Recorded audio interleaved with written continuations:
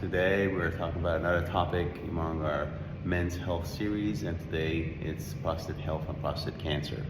So prostate cancer is probably second most common diagnosed cancer among men after skin cancer, and it is something that you will have a higher risk for as we age.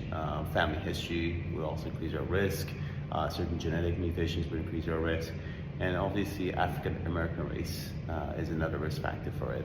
Now, it's typically pretty asymptomatic. You don't really feel a difference as it progresses. You might potentially have urinary symptoms, difficult urination or blood in the urine, or severe advanced cases.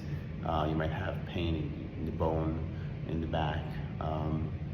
So that brings us to the screening. So typically screenings are recommended at age 50 for individuals who don't really have risk factors, and it's really a decision that's made with the discussion with your practitioner, because this particular screening, the blood test that's available, is not the greatest tool, and so there's always risk factors for false positives within a test that is not the best. You know, it potentially have false positives, increases risk of anxiety, potentially have people go down the route of getting biopsies, getting more expensive workups. So whenever a test is not perfect, you would have more of a joint decision making, and so then you reflect on your family history, your risk factors, your personal desires in regards to your goals.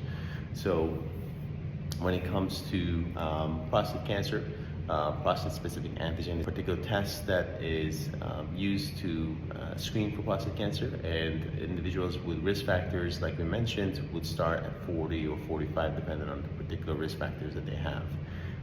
And in regards to other modalities, obviously once you have elevation in this particular blood test, then a prostate exam and also sometimes consideration for MRI is done to look at the prostate, and obviously biopsy by a urologist to further evaluate the situation. Now, there are certain treatments which we're not going to get into, but for your prostate health, there are things that can be done from a natural perspective to support your prostate health as you follow up with your cancer specialist or urologist. And having a plant-based, antioxidant-rich cruciferous vegetables in your diet would be very helpful.